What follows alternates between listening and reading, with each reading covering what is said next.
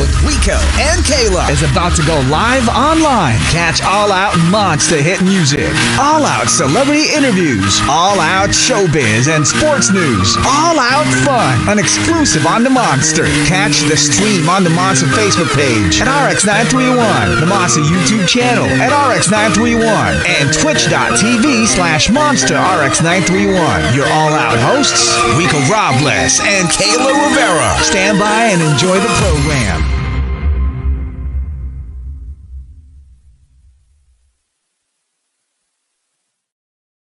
Oh, happiness is indeed infectious. Yo, fantastic Friday. My name is Rico Robles. Welcome to the show. We do got a guest joining us live, but we wish she could be here, but I guess we wish we could be there. Joining us from Siargao, ladies and gentlemen, give it up for Linying. Hi, Linying. Hello. I would hope to correct you, but you are absolutely right. I wish you could be here. So beautiful. How's everything going? What you been up to?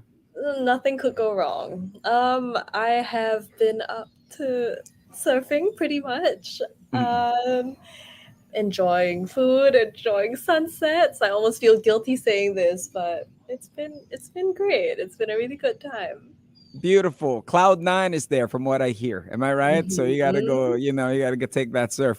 But, your music, of course, there are many of your fans here. I'm new to your music. Happiness is very, very infectious, but, for your journey in your music, how did it all get started for you? Because I know you also have a unique deal with your record label. Like you got a multiple year deal, which I only hear in the NBA. You know what I mean? When it comes to multiple year contracts. But for you, how did it all get started for you? Thankfully they're not swapping me in and out like they do in the NBA. But essentially, I feel like the best way I can describe how my entire career started was I was just winging it. I was just having fun.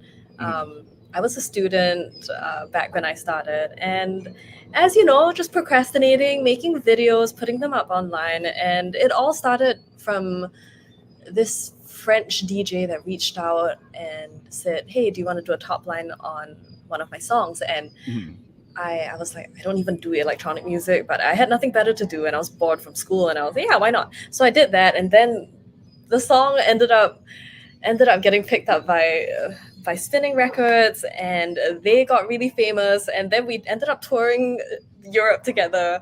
I've just been basically pulled along by a ride, and that's basically it. And so yeah, same thing happened afterwards. I started releasing music on my own, and different record labels came in touch, and I just like working with different people who know different markets differently. So yeah, in Europe we had a different label, in the US we had a different label, in Asia we had a different one, and it's just been so great. It's been fun. It's that golden voice that you got that all of these producers would need, right? How was that feeling when you were first hearing your track in the clubs?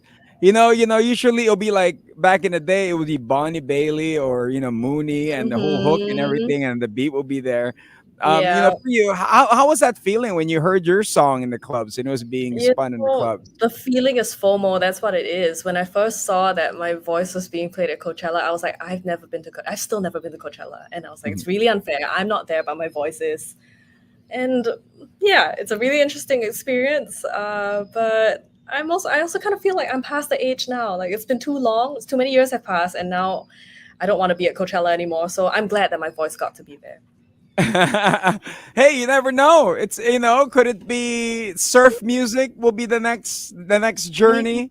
Maybe. Yeah, could it be? But you are in the Philippines. This is not the first time. So what brought you to the Siargao other than the beach? Well, it's so interesting because part of what I do, aside from making my own music, is also I really enjoy writing songs for other people because I enjoy music of a different variety of genres, right? And writing for other artists gives me like a way to express their thoughts instead of just my own. And how I even knew about the existence of Siargao was this Filipina artist, Nadine. She flew me and my production partner Josh, the two of us. She got us to write a song for her, and at the time, Josh is like one of my greatest collaborators ever. So every time he asked me to do something, I always just say yes. And he said, "So anyway, we're going on to this island." and it's like a 10-hour flight, including a layover.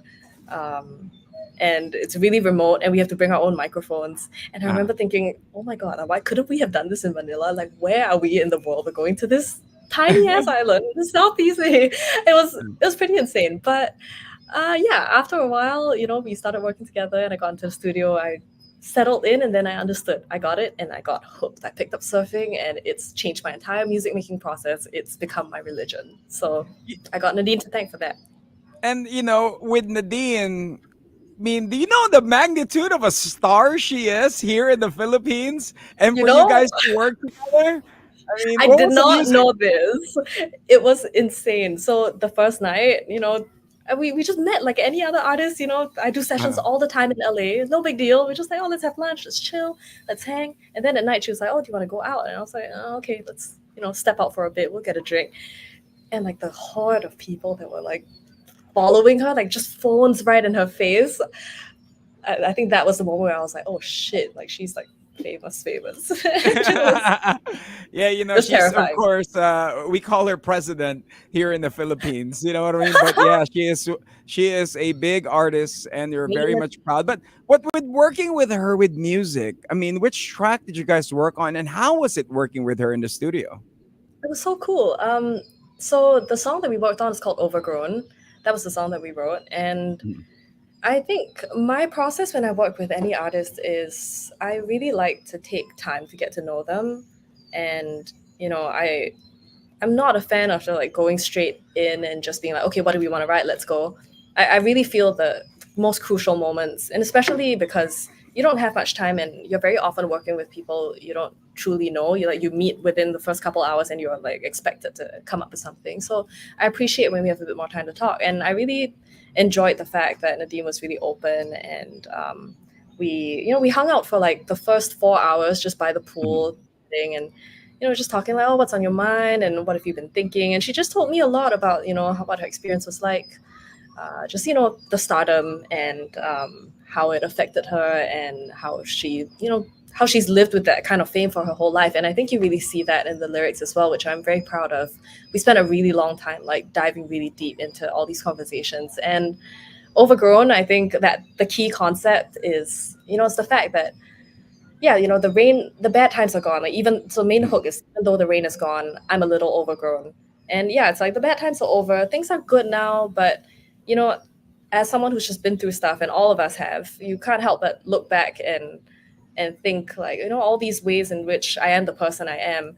I can never undo that. I can never unbe that because this is all a result of all the hardship and the challenges that we've had to go through. So that's kind of the key idea of what that song means. It's a beautiful song. It's like when you play Overgrown and people request for it. When you first played it, it was a rare collaboration. It was her first track off of her. Well, she had a label deal, then she went Hmm. on her own. She was independent, did her own Yeah, thing, and that song truly spoke it spoke how she felt. And we'd like yeah. to thank you for helping her out.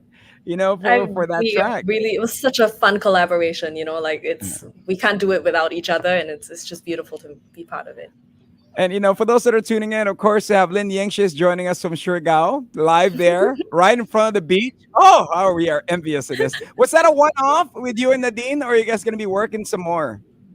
I don't know. We'll see. But we had a really good time, and honestly, the amount of time I've been spending on this island, it's a joke. Like I was just talking to Chris today, and he told Nadine, "Hey, this girl's on this island way more than you are."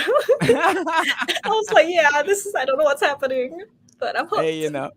but there's something about the Philippines that once you go here, could this be home for you? Are you gonna be having some shows though in the Maybe I future? would love that. I would actually really love that. It's just I don't know. It just gives me a whole new perspective every time I go back to LA and I go into the studio. I feel so refreshed after spending a couple of weeks in the Philippines. Everything just feels so much brighter and more colorful. But you did mention earlier that you've been here 4 times in a year. But your first time, how was that? Was that working with Nadine already, or your first Yep. time is more of like you just visited? No, my first time was just like the first person I met off the plane. Probably I was Nadine. Hey, nice, nice, nice. Of course, a musical journey for you. We're playing Happiness in the background now. Woo! Tell us about the song. What's the inspiration behind it? You know, it's pretty magical because at the time when on that trip when we were riding Overgrown with Nadine, I was just going through a lot of change in my life. I was just about to move to LA, and there was just a lot of personal changes in family and love. And I think like when someone goes through that kind of change, you really get you do a lot of things that you feel that might feel different or uncharacteristic of what the idea of yourself that you previously had. So surfing was definitely one of these things. I have never been an athletic person, but when I came to Siargao and we had the day off, everyone said, "Oh, you got to surf." So I was like, "Okay, I'll give it a try," and I tried it. And I think the biggest lesson it's taught me, and it's a lesson that I continue to hold on to dearly, like every day now. I realized that so much of my life was spent either in the past or in the future. You're Mhm. always thinking like, oh, what about everything we've been through? Or, if you're thinking about the future, it's like, what's going to happen? Like, will this be, all these questions, right? And you're never really asking yourself in the present, how do I feel right now? Is this good? How do I feel? And Mhm. the thing about this parallel with surfing for me is that, you can't spend time thinking about like the last wave you caught or the next wave you're going to catch. Like, there's just no way of knowing. And it's also irrelevant. All you have to go off on to make any decision that you want to make is to look at what's right in front of you. And I think that physical act of like challenging myself to do that, of being fully present, like Mhm. that's really carried over into all aspects of my life. And that's kind of how happiness came about. I realized that when you can learn to like fully remain present, then you enjoy the sweetness of riding that wave. Then you're able to reap the rewards of flowing. And Mhm. that's how it felt. Like that's what happiness is. And thank you for sharing with us your journey, of Of that, course. people do get stuck in the past, sometimes look forward too far out to the future. Could that be done because of social media, because of Instagram, because of all that? Now for you, I mean, with you being in the now, what were the steps that you took that led to where you're at now? I don't know. I think it's probably a lot of it is about self-reflection. So as a Mhm. songwriter, like for me, songwriting is a way for me to access my deepest thoughts, right? And when we're working, a lot of the time we're just like so focused on like what we have to get done, and we rarely ever look inward and think about like what's going on, like why am I saying these things, like what's the intention behind everything I'm doing, and am I okay with that? So Mhm. for me, like a big part of that was yeah, deciding that what music meant to me.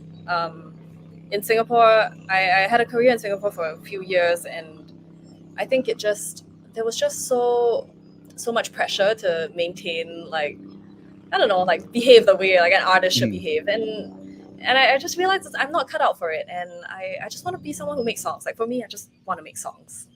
And in order to do that, I decided to move to LA, where the market was a little bit more diverse. And I think in doing so, that gave me the confidence that, like, I was able to tune into what I felt and then to take Mhm. action on it. So I think that those two things are really key, just like paying attention to how you feel and then making a decision based on that, and really carrying it through, and yeah, seeing yourself do it. I think that's a really powerful thing. I mean, we have interviewed a few artists from Singapore, and I see how Yeah. the industry there is. It's a whole different world. You know what I mean? That if you're big in Singapore, you're in Singapore. It's a whole bubble of its Yeah, own. You know what I mean? exactly. Now, for you to step out of that comfort zone, there are people out there tuned in. That are probably debating on that. Am I going to live in the past? Am I going to be in the present? How do I do this? How do I step out of my comfort zone? Do you have any Yeah. tips that you could share with us?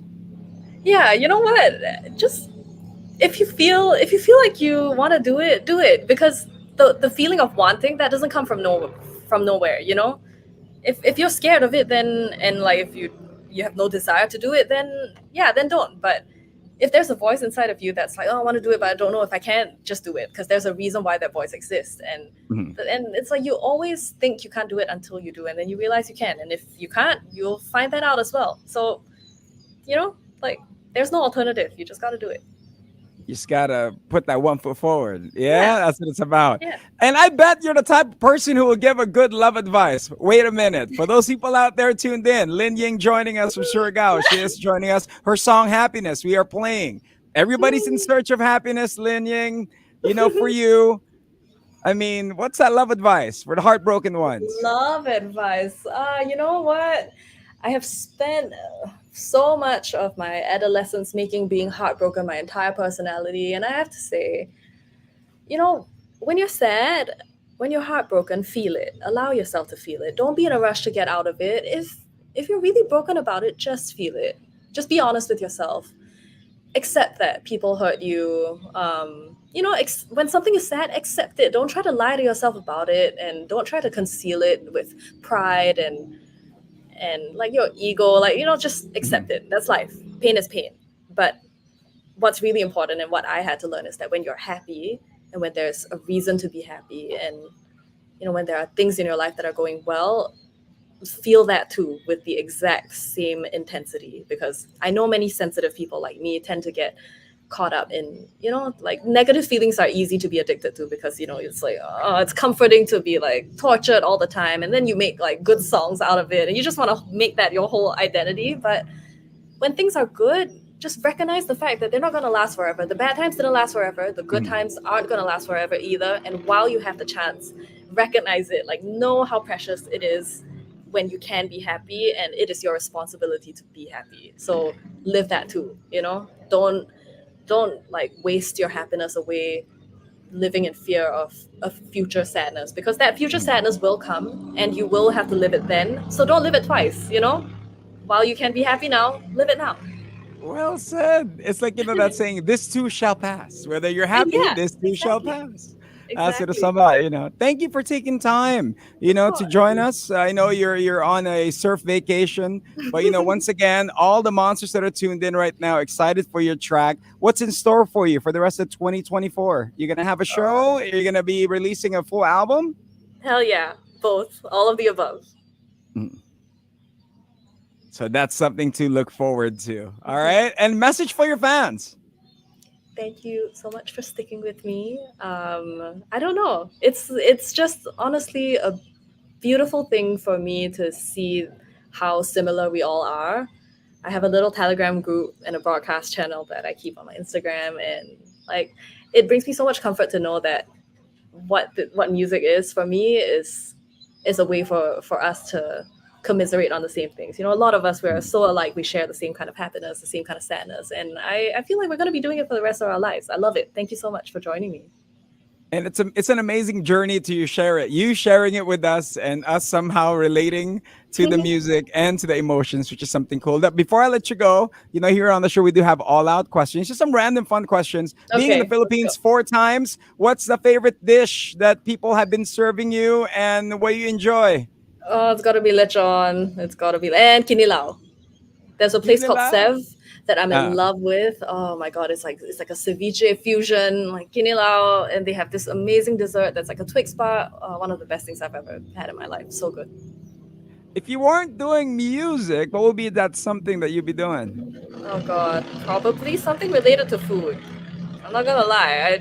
I recently just did a gelato collab with one of my favorite gelato shops in LA, and things like that make me feel like, that's my second life. That's what I'd be doing for sure. And in Los Angeles, you will run into a lot of people. For you, who's the most famous person you've ever met? Oh, Anya Taylor Joy. Yeah, I saw her in a Korean spa, and it's where everyone walks around with their clothes off, and it's a bunch of happy, calm Korean ladies, and yeah, that was the coolest You had that famous moment. You're just personality like, moment. I yo, was like, whoa. I kind was of like, thing. okay. And my last question is, what was that one advice that up to now, I know when you were starting your career, all the doors weren't always opening. It wasn't all a yes, that kept you going. And who was it from? Um, you know what? I think this might be something that my mom told me. She said, "There's still time. There's always time." Um, so yeah, that when the doors are closed, you just take it for what it is. There's always time for it to open. Thank you very much. All right. Thank you. thank you. It's a great conversation, and I know you're gonna continue to serve. You know what I mean? So go get it and take care. In behalf of all the monsters, thank you, Linying. Thank you so much, Rico. All This right, is so much fun. all right. Have a See you good again. one. Have a good Yes, one. Okay, bye please. bye. Thank All right, you. ladies and gentlemen, give it up Bye. for Linying. Bye. There you go, joining us. Imagine that from Siargao. Gave us great music. Of course, the track that you're hearing in the background is Happiness. Do vote for it on the Monster. And once again, what did we learn today? Just go for it, right? Just go for it. That's what it's all about. That's what life is all about. And live in the moment. Once again, my name is Rico Robles. In behalf of Kayla Rivera, this has been another Monster exclusive interview. Monster exclusive interview. Monster exclusive interview. Only from Manila's hottest. Monster RX93.1.